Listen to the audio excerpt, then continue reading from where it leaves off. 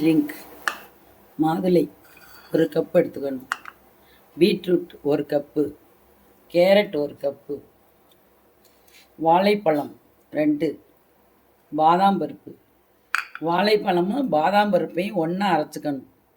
இது 3ஐயும் ஒன்றா அரைச்சிக்கணும். தேன் இருந்தால் ஊற்றிக்கணும் இனிப்புக்கு, அப்படி இல்லைன்னா சுகர் போட்டுக்கலாம். இது பிள்ளைங்கள்லாம் விரும்பி சாப்பிடாதுங்க, அதனால் இது மாதிரி அரைச்சி வடிகட்டி அதுங்களுக்கு கொடுத்தா குடிக்குங்க.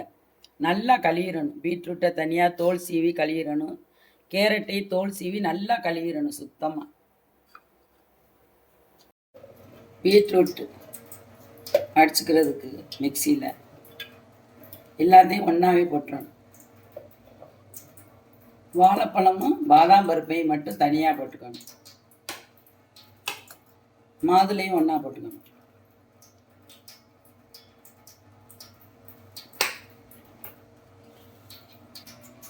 சுகர் ரொம்ப போட வேணாம், அரை இனிப்பு போட்டால் போதும். இதில் இன்னும் பேரிச்சம்பழம் போட்டுக்கலாம், ஆப்பிள் நறுக்கி போட்டுக்கலாம், பெரிய வச்சுக்கலாம். இது மாதிரி மிக்சியில் அரைச்சிக்கணும். சுகர் கம்மி. பிள்ளைங்களுக்கெல்லாம் ஸ்கூல் விட்டு வந்தோடனே ஊற்றி செட்டை ஃப்ரிட்ஜில் கொஞ்சம் நேரம் வச்சு ஊற்றி கொடுங்க. வெயில் நேரம் தான் குடிக்கிங்க பிள்ளைங்கள்லாம்.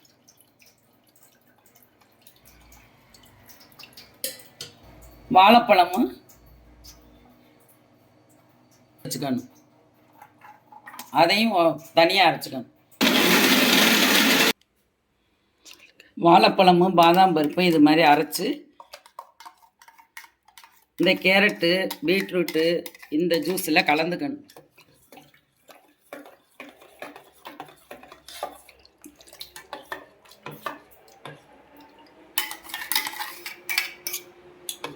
பிள்ளைங்கெல்லாம் கொடுத்தா உடனே குடிச்சிருங்க. இது மாதிரி கொடுத்தா